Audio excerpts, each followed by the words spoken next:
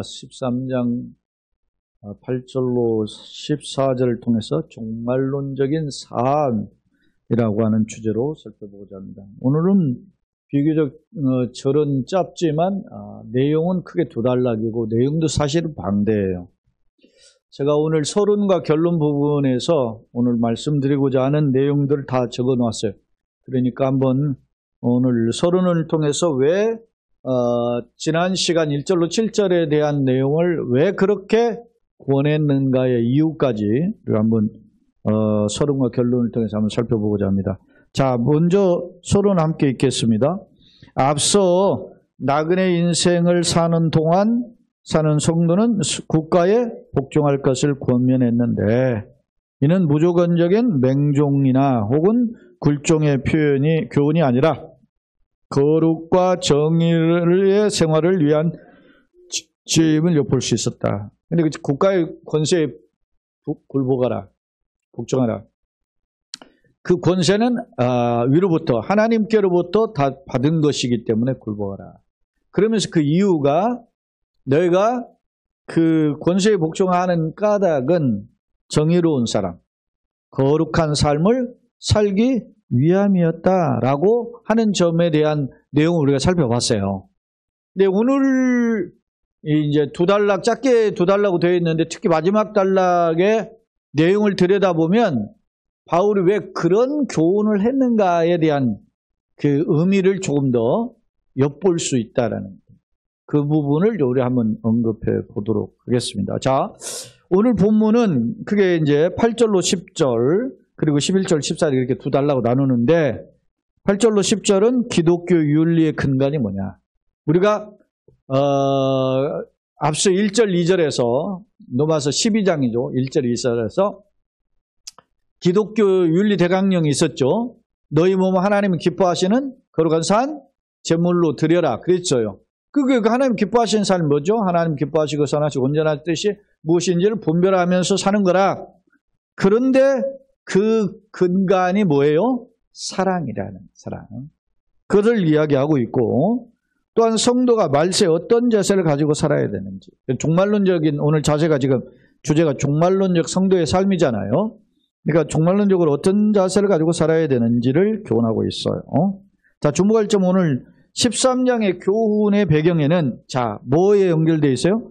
종말을 준비하는 말세의 심판을 대비하는 삶과 연결되어 있다.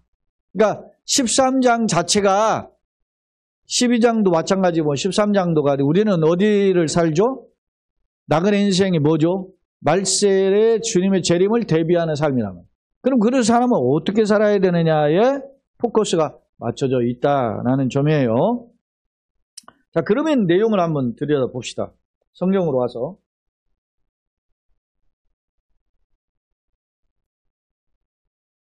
자, 피차 사랑의 빛 외에는 아무에게든지 아무 빛도 지지 말라. 남을 사랑하는 자는 율법을 다 이루었다. 무슨 빛 외에는 빛을 지지 말아라 그래요? 사랑의 빛. 내가 사랑의 빛을 부어주고 그렇게 사는 삶을 살아라. 그렇게 이야기하는 거예요. 피차라고 했으니까 그런 의미입니다. 아무에게든지 아무것도 지지 말라. 그러니까 남을 사랑하는 자는 율법을 다 이루었다. 뒤에 이제 10절도 나오죠. 이 8절과 함께 10절은 사랑은 율법에 뭐라고 했어요? 완성이. 그런 말을 하는 거죠. 그러니까 사랑의 삶을 강조해요. 자, 그러면서 뜬금없는 것 같은데 9절 한번 읽어보세요. 뭐가 있어요? 간음하지 말라. 7계명이죠. 살인하지 말라. 6계명이죠. 도둑질하지 말라. 소위 8계명. 탐내지 말라. 10계명이에요. 이런 것에 대한 계명을 그런 계명이 있을지라도 내 이웃을 내 자신과 같이 사랑하시는 그런 말씀 가운데 다 들었다. 그러니까 사랑은 다시 말하면 6, 7, 8, 10계명을 다 이루는 것이다. 그렇게 이야기하는 거예요. 이웃을 사랑하라는 이 말씀에 다 들어가 있다. 그렇게 하면서 10절에 앞서 보세요. 간음하지 말라라는 것은 자기 개인적인 육체적인 그 방탕함도 있지만 예를 들어서 누군가의 가정에 가진 사람하고 간음을 할 때 그 가정을 파괴하는 거잖아요. 그죠? 그래서 뭐 법에서는 뭐 소위 위자료를 좀 주는 거지만 줘봐야 1,000만 원, 1,500만 원밖에 안 해요. 요즘 법적 판결이. 이런 시대에. 그래서 그것으로 인해서 가정이 파괴돼도 국가에서 그렇게 묻질 않아. 이게 소위 선진국형으로 바뀐다는 핑계예요. 선진국에서 그런 걸 그냥 자기 개인사의 연애로 따지지 않은 그런 식이야. 그러나 엄밀히 그걸로 인해서 고통받는 사람 엄청나게 많잖아요. 네? 제가 오전에 아까 잠깐 시간에 오전 예배가 마치고 지금 좀 전에 어느 기사를 하나 읽었는데 어떤 뭐 고민을 하는 글이 올라 이게 무슨 진짜인지 어쩐지 모르겠지만 글이 하나 올라왔는데 뭐라고 올라왔냐면 이런 말이 있더라고. 자기가 이제 남자친구와 만나가지고 이제 결혼을 하려고 했는데 남자친구가 전에 사귀었던 여자친구하고 뭐 이렇게 동거를 했는지 뭐 했는지 그랬는데 물품들을 뭐 냉장고니 세탁기니 심지어 침대까지 가지고 옛날 쓰던 거 새 거니까 같이 쓰자고 한다. 그걸 어떻게 써야 되는지 나는 침대만큼은 받아들이기가 곤란한데 뭐 이렇게 하면서 글이 올라왔더라고요. 요즘 시대는 그런가 보다. 과거를 용서한다 하지만 그게 그냥 수리한 말한 풀이한 시대예요. 뭐가 죄가 아닌 시대가 됐어요 지금? 간음하지 말라라는 말이 죄가 아닌 시대가 됐다는 거야. 과거는 묻지 않는 시대이기 때문에. 예? 근데 여러분 보세요. 간음이라는 것이 내 어떤 상대방에 대한 잘못도 내 자신에 대한 잘못도 있지만 상대방 가정을 파괴하는 거잖아요. 살인하지 말라. 누굴 파괴해요? 상대방 생명을 파괴하는 거잖아요. 그죠? 도적질하지 않다. 상대방이 뭘 파괴를 해요? 물질을 빼앗는 거잖아요. 응? 그다음 탐내지 말라. 10계명 내 이웃의 모든 것들을 욕심내가지고 그것을 빼앗으려고자 하는 거잖아요. 네? 그런 거예요. 여러분 보세요. 트럼프가 오직 미국 우선주의에 사로잡혀서 하잖아요. 우리가 사실은 손해를 많이 본다 하는 핑계는 돼요. 명분은. 근데 미국이 이제까지 세계를 이렇게 하면서 지들이 피해보면서 하는 게 있어요? 아니, WTO라고 하는 세계 무역, 협상 중에 1대1로 다 맺잖아요. 우리나라와 자유무역 FTA라고 해서 자유무역 협정주의를 했어요. 뭐 아마 우리와 미국이 그래서 무역을 어떻게 주고받게 돼 이미 다 거래를 한 거예요, 아니에요? 거래했는데 무슨 미국 일방적인 손해가 어디 있어요? 없어요. 뭐 트럼프가 말하기를 뭐 우리의 관세가 걔네 뭐 4배라고 그랬는데 그것도 팩트 체크에 한 내용을 보니까 전혀 그렇지 않더라고. 평균적으로 0.76% 우리가 조금 관세가 조금 센 부분이 있다 하더라고. 0.7, 그러니까 1%도 안 된다는 거지. 근데 그런 협박을 싫어하면서 하잖아요. 그러면 뭐예요? 남의 물건을 더 빼앗기 위한 협박질이거든. 미국 사회가 기독교인들 중심의 사회인데 남의 협박을 하면서 이 빼앗는 짓이 맞냐고. 그게 소위 트럼프가 주장한 마가, Make America Great Again이라고 하는 그 구호하고 맞는 말이 아니잖아요, 결코. 절대 아니죠. 기독교인들이 막 불같이 일어나야 되죠. 이 트럼프가 보통 또라이가 아니에요. 어젠가 그저께 제가 인터뷰한 내용을 보니까 어느 기자가 인터뷰를 하는데 물으니까 트럼프가 기분이 나빠가지고 물어봐요. 어느 소속 기자냐고 그러니까 VOA라고 해가지고 뭐 자유의 소리 방송 소속이라고 하니까 내가 그런 질문이 놀랍지 않다고 하더니 이틀 뒤에 그 방송을 폐쇄시켜 버렸어요. 이런 독재자가 어디 있어요? 이건 또라이예요, 그건.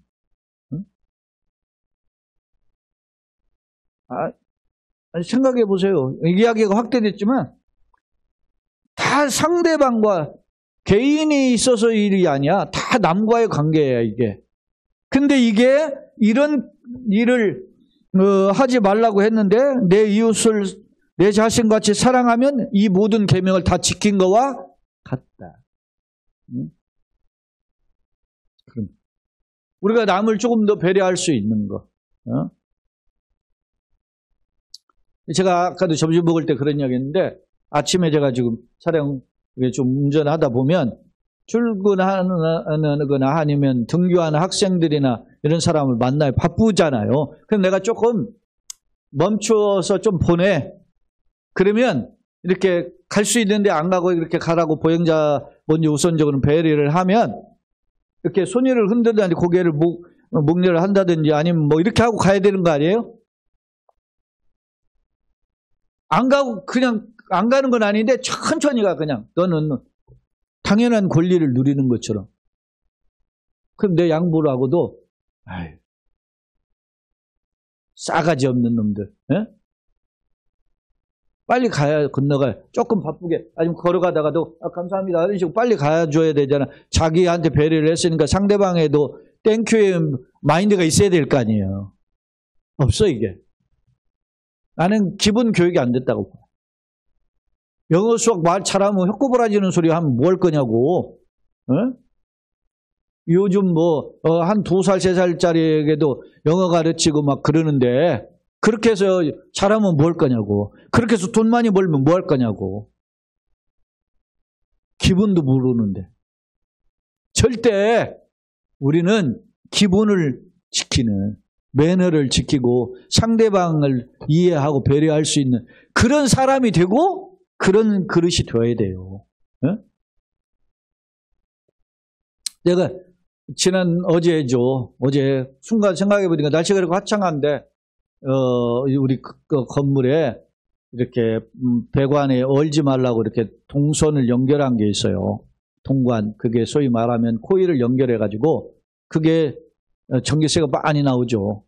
동파 방지를 위해 열선을 깔아놓은 게 있다고. 근데 그걸 새로 건물 대표가 바뀐 지가 이제 며칠 안 되기 때문에 혹 모르지 않을까 생각이 되어서 내가 지하에 그 전기실에 그 열선 꽂는 것을 가서 열어봤어요. 그랬더니 빼져 있더라고. 이 양반이 성실히 일하시는구나. 내가라도 가서 한번 빼야 되겠네. 뭘 누르면 어떨까 하고 생각하고 갔는데 하더라고. 사람이 한번 그것만 생각해봐도 이 사람이 어떤 자세로 일하는 거 다 알 수 있잖아요. 어? 옛날 말에 그런 말이 있어요. 한 일을 보면 열 일을 한다. 사랑은 내가 어려워. 이게 내가 다 잘하면 어떻게 해. 이렇게 잘한다고 장담할 수 있는 사람 없어요. 그런데 이걸 못하지만 하나님이 기뻐하시는 일이구나. 그러니까 이렇게 해야 되겠다. 이렇게 생각하고 하는 거예요. 그러면서 결론적으로 8절로 10절에서 결론적으로 요약을 10절에서 해요. 자, 같이 읽어봐요. 사랑은 이웃에게 악을 행하지 아니하나니 그러므로 사랑은 율법의 완성. 사랑의 삶을 살아라. 우리가 이 세상 속에 어떻게 살아야 된다? 사랑의 삶을 살아야 된다. 두 번째 단락에 11절로 14절. 또한 너희가 이 시기를 알거니, 이 시기가 지금 너희가 사는 시기가 어떤 시대인 것을 알거니와 어떤 시대라는 거예요? 자다가 깰 때가 벌써 되었다는 시대. 자다가도 일어나야 된다는 거예요. 깨어 있어야 되는 시기다. 지금에 너희가 시대를 분별할 줄 알아야 되죠. 왜냐? 이는 이제 우리의 구원이 처음 믿을 때보다 뭐라고 했어요? 구원은 여러분 예수 주는 그리스도 살아계신 하나님의 아들이라 고백하는 것은 그걸 고백함을 통해서 우리가 하나님의 자녀가 되죠. 그리고 하나님의 나라를 소유하게 되는 구원받은 자가 됐어요. 그러나 구원이 완성이 이루어지지 않았죠. 법적으로 하나님의 자녀가 되었어요. 법정에서 의인의 선언을 받았어요. 그러나 여전히 우리는 아직 어디서 살아요? 나그네 인생길, 죄악의 세상 속에 산단 말이에요. 구원이 완성이 이루어지지 않았어요. 의인이 되었고 하나님의 자녀가 되었고 구원을 받았지만 아직 구원의 완성이 이르지는 않았어요. 자, 이 말은 다시 11절 보세요. 이는 이제 우리의 구원이 처음 믿을 때보다 왜요? 가까웠다. 이 말은 뭐요? 구원의 완성의 시기가 다가오고 있다 이 말이에요. 가까워졌다는 거야. 긴박성이죠 이게. 이게 소위 말하는 구원의 완성의 긴박성을 강조해요. 그러면서 12절 밤이 깊고 낮이 가까웠어요. 밤이 깊으면 새벽에 가까운 거잖아요. 가까웠으니 그러므로 우리가 어둠의 해를 벗고 빛의 갑옷을 입자. 밤과 낮은 무슨 뜻이죠? 대립관계죠. 밤은 사단의 영역, 낮은 하나님의 영역이라고 보통 보죠. 그래서 그 어둠은 사단의 영역이고 빛은 하나님의 영역이다. 그러면 우리가 하나님의 나라가 가까웠으니 파루시아 영광 주님의 재림대가 가까웠으니까 우리가 무엇을 입어야 돼요? 빛의 갑옷을 입어야 되는 거예요. 빛의 갑옷은 어떤 옷이냐? 14절에 보면은 무슨 옷이에요? 오직 예수 그리스도 뭐라고? 옷 입고. 빛의 갑옷은 예수님의 옷이에요. 예수님 본받는 거죠. 그러니까 밤이 깊었다 사탄이 발아가는 시기고 그리고 이제 낮이 가까웠던 주님 오실 때 가까웠으니 그럼 우리가 어둠의 해를 벗고 빛의 갑옷을 입자라고 하는 거예요. 자, 앞서 바울이 권세자들에게 복종하는 제가 이제 결론에 그런 부분을 했어요. 일부분 이제 여기 현장에 올라오신 분은 유인물을 받았으니까 결론 부분 한번 보세요. 자, 일부분만 봅시다. 국가에 대한 성도의 복종 명령은 불합리한 시대를 상황을 볼 때 소극적인 태도를 보인다. 그렇다면 바울은 왜 사회 부주의에 개혁하는 한절을 중문하지 않았을까? 이런 의구심을 제시를 한다. 예? 국가가 권세자들에게 국가 권세자를 복종하라 했는데 당시 로마는 막 소위 팍스 로만이잖아요. 로마의 권력으로 로마의 전쟁의 힘으로 세상을 평화를 가져온다고 그렇게 생각한 거야. 그래가지고 식민지하고 막 억압을 했다고. 그런 나라에 항거해야 되잖아요. 성경적 입장에 보면. 근데 바울은 순종하라, 복종하라 그런 표현을 했단 말이에요. 이게 불합리하게 내가 보기에는 보인다는 거야. 그런데 왜 그렇다면 그런 말을 했을까? 학자들의 견해를 제가 인용하는 건데 바울은 자기 때에 주님 오실 줄 소망했어요. 그러니까 어차피 주님이 오면 이 세상 나라가 아무리 발악을 해도 주님 나라 앞에 다 없어요. 사라지는 존재라는 거야. 그러니 그 세상 나라를 우리가 어떻게 바꾸려고 하는 것보다는 주님의 나라를 바라보는 것이 더 소망이 있다고 바울은 판단한 거란 말이죠. 그래서 앞선 권세자들에게 복종하라 그런 말을 한 거예요. 우리는 막 그걸 막 뒤집고 개혁하라 뭐 이런 지금 주장을 하잖아요. 근데 바울은 그런 마인드로 자기 때에 소위 마라나타의 신앙을 가지고 주님의 나라를 바라보면서 살았다라는 것을 엿볼 수 있어요. 이런 내용을 보면 자 보세요. 다시 12절 밤이 깊고 낮이 가까워서 그러므로 우리가 어둠을 벗고 빛의 갑옷을 입자. 그러면 빛의 갑옷을 입는 삶이 뭔가 보세요. 낮에와 같이 어떻게 단정히 행하고 낮에는 어떻게 해요? 흥청망청 할 수 없잖아요. 단정히 행하고 뭐예요? 방탕하거나 술 취하거나 또 음란하거나 호색질하거나 다투거나 시기하지 말아라. 이거는 밤의 어둠의 자식들이 하는 일들이다. 무슨 일? 방탕한 일. 타락한 생활. 땀마다 쾌락만 즐겨가는 안목이요 육신의 정이요 이 세계 자랑을 쫓아가는 게 방탕의 삶이에요. 탕자의 삶이 그렇잖아요. 그 다음에 술 취하는 삶. 낮에도 술 취하는 사람은 이건 알코올 중독자예요. 미국의 필라델피아의 소위 갱식등 거리에 가면은 막 한 10km의 거리 안에 수많은 사람들이 말이지 소위 뭐죠? 펜타닐인가에 취해가지고 그냥 좀비처럼 있잖아요. 좀비처럼 허리를 펴지 못한 채 마약에 취해가지고 거기에는 유모차를 끌고 오는 엄마도 있고 이게 심각한 거죠. 근데 그 포르투갈 스페인의 경우에서 그 사례가 있더라고. 포르투갈은 초등학교, 중학교 때 정부에서 교육을 했대. 계속 이 마약을 하면 안 된다는 거죠. 학교에 찾아가가지고. 그래가지고 10대 됐을 때 철저하게 이 교육을 했대. 우리나라도 이 교육이 필요한데 지금 우리나라는 어디로 와요? 지금 강남에서 이런 젊은이들 주로 뭐 어떤 게 합니까? 음료 전달해서 마시게 하고 하잖아요. 그런 일이 기사화되고 그랬잖아요.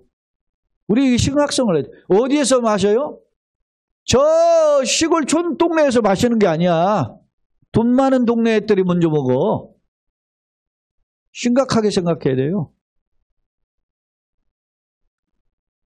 자, 술 취하거나 음란하거나 호색하거나, 호색은 음란보다 더 강한 거죠. 더 막 절제하지 못하고, 음란과 호색은 같은 의미지만 그런 쾌락을 탐닉하는 호색이에요. 그 다음에 다투는 거죠. 싸우는 거죠. 시기하고. 요즘 이제 무슨 이번 주간에 무슨 사람 부딪혀가지고서나 그게 뭐야, 사상자 안 나면 다행이야. 지금 이번 주간이 아주 국가적으로 큰 위기 주간이에요, 사실. 응? 시기하지 말고, 다투거나 시기하지 말고, 이게 분쟁과 질투죠. 오직 어떻게? 예수 그리스도로 옷 입고, 주님 닮은 거죠. 예수님이 자신을 내어주기까지 우리를 사랑하셨잖아요. 옷 입고 정욕을 위하여 육신의 일을 도모하지 말라. 조금은 이득이 되는 일 가지고 거기서 그런 삶을 살지 말아라. 강력한 경고예요. 종말론적 삶이죠. 보세요. 자, 바울이 보세요. 내일 곧 주님이 오시는데 캐세라 흥청망청 살자고 할 거 아닙니까? 미래가 없는 사람은. 예, 바울은 어떻게 더 철저히 우리가 자기를 절제하고, 개인적으로는 자기 절제죠. 그리고 사회적으로는 어떻게 해요? 사랑을 실천하고, 대단한 거지. 오른뺨, 예수님 말씀은 똑같잖아. 오른뺨 째거든 왼뺨 돌려대면 속을 가지거든 거두까지 주고, 우리를 가지기를 용고하면 심리를 동행하고. 이게 예수님 말씀이잖아요. 산상수훈에. 똑같은 거죠. 무엇이 이런 삶을 가능하게 할까? 우린 주님 만날 것을 기대하니까. 재림 예수를 소망하는 삶. 나에게 예수님 있는가가 첫째가 우리 이 말씀을 접할 때 퀘스천 마크가 있어야 돼요. 나에겐 예수님 있는가? 나는 예수님을 어떻게 지금 사모하는가? 묻는. 여러분, 어렸을 때 초등학교, 국민학교죠? 그때 내일 수풍가 모임 참 못 자죠. 수풍가 뭔 일이 있어요? 용돈 5원, 10원 줬었어요. 5원, 10원. 5원이면 과자 한 봉지 사는 시대. 그거 하나 받으니까. 근데 5원, 10원 받았는데 딱 학교 이제 들어가가지고 모여가지고 가잖아요. 학교 들어가는 입구에 야바이꾼들이 있어요. 야바이꾼들이. 그러면은 5원 내고 하면 뭐 20원짜리 물건을 준다. 그거에 혹해가지고서는 5원, 10원 그거 받아가지고 눈깔 사탕 하나 딱 싸먹으면 끝나는데 그것도 못 싸먹고 그냥 그게 내가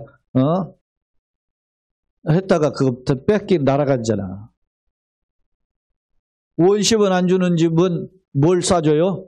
계란 하나를 싸주면 그게 소풍 가는 선물이었잖아요. 근데 우리 집은 소풍할 때 계란 하나를 싸줬는데 우리 이모네 집 보니까 계란 2알 싸줬다더라고. 거기는 양에 닭을 키워가지고. 지금도 광주에서 목회하는 친구 목사가 우리 같이 다니던 그 있을 때 옆에 친구 바로 옆에 집 친구를 부러워했어요. 왜냐? 바로 옆에 집은 양계장을 했어요. 닭을 키웠다고. 그리고 그래서 걔는 계란 후라이를 2개를 사왔다고. 삶은 계란을 사왔지 후라이가 없죠. 지금 후라이 같은 기름 튀기는 것이 어디 있어요? 삶아왔지. 그런 시대 지금 생각해봐도. 근데 설레. 그 삶은 계란 하나를 내일 먹는 날이라 생각한 그 설렘. 오늘 우리에게 예수님은 소풍 가는 날 삶은 계란 하나만 또 못해 요즘은.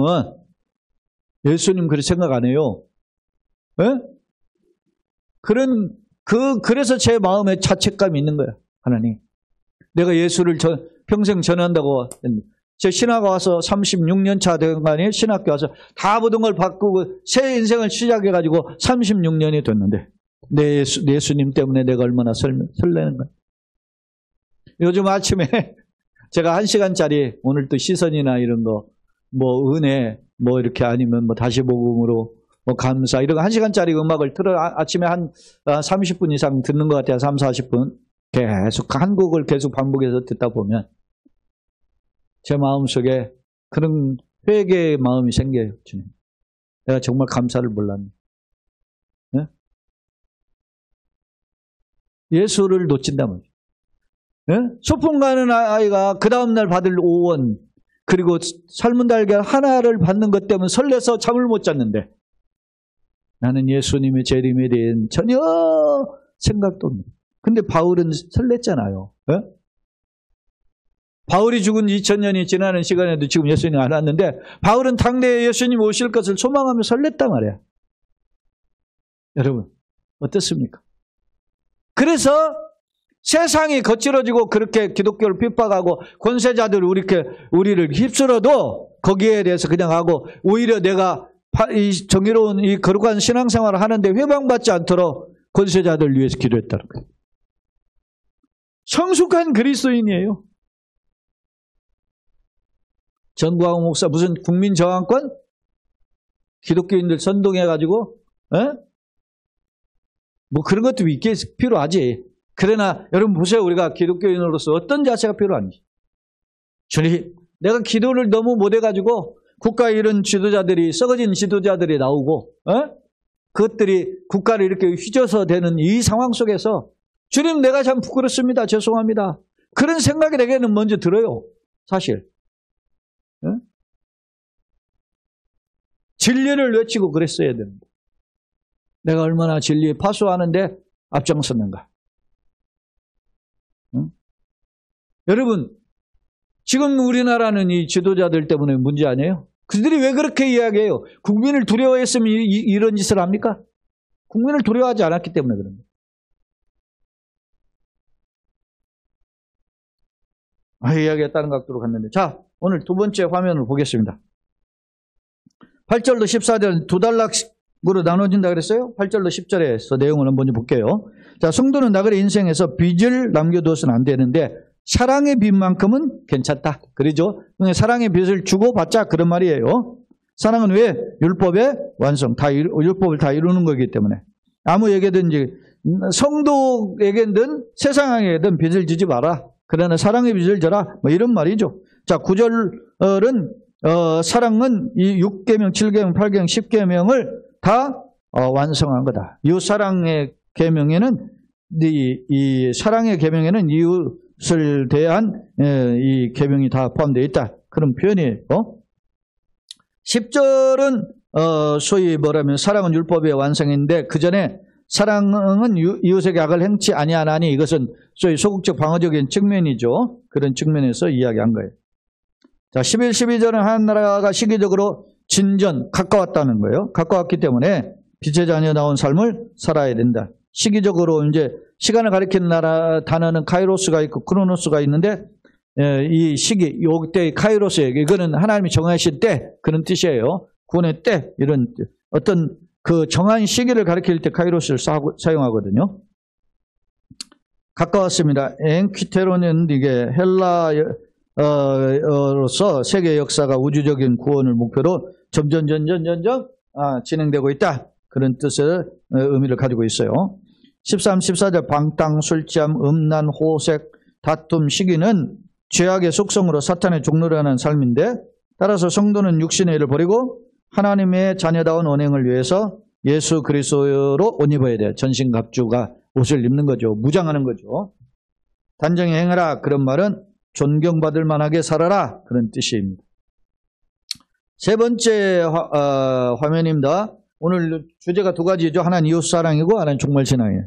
자, 이웃사랑은 어떻게 해야죠? 하나님은 사랑이시죠. 요한일서에서도 보면 요한복음도 보면 하나님은 사랑. 요한일서 4장 8장 하나님은 사랑이시냐 그랬죠. 요한복음 3장 16 하나님 세상을 이처럼 사랑하사 이게 316 복음이죠. 그 다음에 율법의 교훈의 핵심이 뭐예요? 사랑이죠. 내 이웃을 내 몸같이 사랑하라. 그 율법 교훈이에요. 예수님 명령도 어떻게 해요? 이웃을 사랑하라. 명령하셨어요. 내 몸과 같이 사랑하라 했어요. 자, 성도는 사랑의 빚진 자이기 때문에 무슨 사랑? 하나님의 사랑을 독생자를 주시기까지 하신 그 하나님의 사랑을 빚진 자이기 때문에 부득이 규범을 지키는 정도가 아니라 예수님의 희생, 자신을 내어주기까지 사랑하신 것처럼 우리가 살아야 돼요. 자, 성도가 사랑을 가장 귀중한 삶의 원리로 살아야 되는 것은 왜 그래요? 예수님의 새로운 명령, 새 계명이기 때문에. 내가 새 계명을 너에게 주노니 서로 사랑하라. 요한복음에서도 보면 예수님이 소위 성만찬을 하고 다락방에서 말씀하잖아요. 요한복음 13장에서 서로 사랑하라 이렇게 말씀해요. 종말신앙이에요.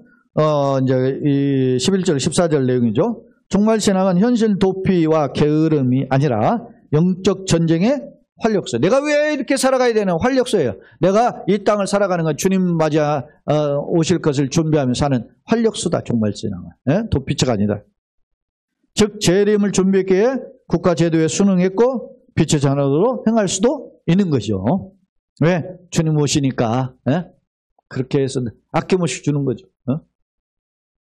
입술뿐인 형식 신자가 아닌 말씀을 실천하는 신앙이, 재림신앙은 그런 거란 말이죠. 실천신앙이죠. 방종에서 벗어나, 아까 방탕, 술취한, 호색 이런 것에서 벗어나 주님만 존귀 여기를 소망하는 그런 신앙이 재림신앙이다.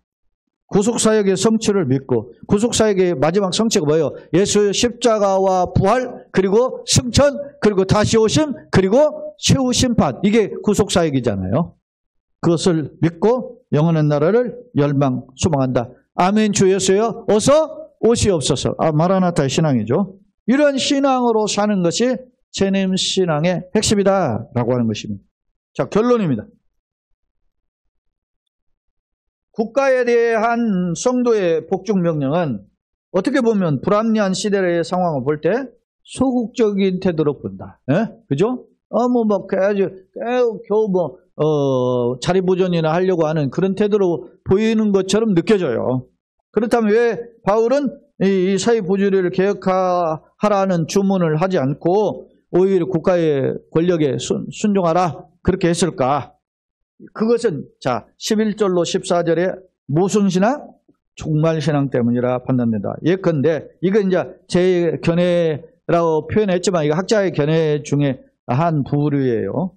예컨대 성도의 궁극적인 나라는 어디 나라요? 세상 나라가 아니라 잠시 후에 가게 될, 다시 말하면 예수님의 재림을 통해서 우리가 맞이하게 될 본향이죠. 본향이 어디죠? 천국이에요. 천국. 천국이 있다는 것이다. 사실 바울은 생전에 주님의 재림을 소망했어요.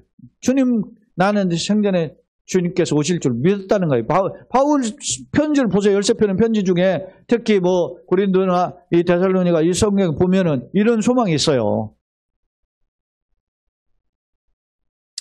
물론 이런 재림을 핑계로 현실을 외면했던 사람과는 전혀 달라요. 데살로니가 후서에 보면은 이 사람들은 주님 언제 올지 모르니까 어떻게 해요? 막 그냥 오늘 즐기자, 그죠? 어차피 썩을 거 즐기자 막 하고 했었단 말이지. 그런데 그런 자들 때문에 바울이 편지를 하잖아요. 정신 차려 똑바로. 그건 바른 신앙이 아니야. 이야기했단 말입니다. 그게 데살로니가 전서 후서에 분명히 나와요. 그러자면 재림을 준비하는 성도와 이웃에 대한 자세는 어떻게 해야 되느냐? 나는 어떻게 재림을 준비하는 자로서 내 자신과 또 이웃과의 관계에서 어떻게 살아야 되냐? 그것은 뭐냐? 사랑이다. 사랑의 삶을 실천하는 삶이다. 단지 입술만 외침이 아닌, 소위 립서비스만이 아닌, 소위 강도 만난 자 이웃. 사마리아인이 지나갈 때 다 도와줬잖아요. 제사장 지나고 레인이 그냥 지나가지만은 강도 만난 자 이 참 이웃이 누구예요? 가장 자기와 거리를 두었던 사람. 이방인처럼 취급해서 상종도 안 했던 그 사람이 나를 도와줬다고. 그게 선한 사마리아. 그처럼 살아야 함을 강조. 나에게 뭘 주시는지, 지식을 주실든지, 재능을 주시든지, 물질을 주시든지, 이걸 하나님 이웃을 위해서. 제가 우리 교회에서 한동안 도왔던 작년부터 우리가 중단해서 이제 돕는 것을 중단했죠. 그랬던 우리 축복교회 목사님이 있어요. 근데 지난번에 그 장례식장 이렇게 내려가는데 그 목사님 저한테 그러는 거죠. 목사님, 제가 헌혈을 예전에는 한 달에 한 번씩 했는데 지금은 한 달에 한 번 했는데 두 달에 한 번 하는 것도 요즘은 체력이 좀 딸려요. 그래. 그래. 그렇지. 아무래도 이제 60이 됐으니까. 그렇지. 그런데 옛날에 한 달에 한 번 했으면 이제는 장하고 싶으면, 분기 한 번씩 한다든지 체력 생각해서 좀 그래. 그렇게 했더니, 그래서 그동안 얼마나 했어? 그랬더니 52번 했다더라고. 그러니까 자기가 그 목사님이 어딘가 자기가 개척교회 하면서 남한테 받기만 하지 자기도 뭔가 실천을 해야 되는데 그래가지고 그걸 해서 그 헌혈을 했다더라고. 그 부끄럽더라고 내가 그 이야기를 들으니까. 야, 나는 입만 가지고 목회해 생각해 보니까. 귀한 게 있어요. 누군가에 다. 나는 강도 만난 자 이웃인가? 나는 그런 마음으로 살아야 된다. 짧은 명령이지만 바울이 그렇게 살아라고 오늘 비교적 8절로 10절, 11절, 14절 비교적 짧잖아요. 짧은 명령이지만 평생 성도가 실천해야 될 덕목을 오늘 바울은 이야기하고 있는 거예요. 그래서 오늘 저는 종말론적 성도의 삶의 비결은 뭐냐? 그거는 하나는 사랑의 실천이고 하나는 주님과의. 그러니까 대신 관계는 마라나타의 신앙이고 대인 관계는 사랑의 삶이다. 그렇게 요약해 볼 수 있어요. 바라기는 우리 모두 선한 싸움을 싸우셨는데 감당할 지혜와 능력을 통해서 주님을 기쁘시게 하는 걸음 되기를 예수님의 이름으로 축원합니다.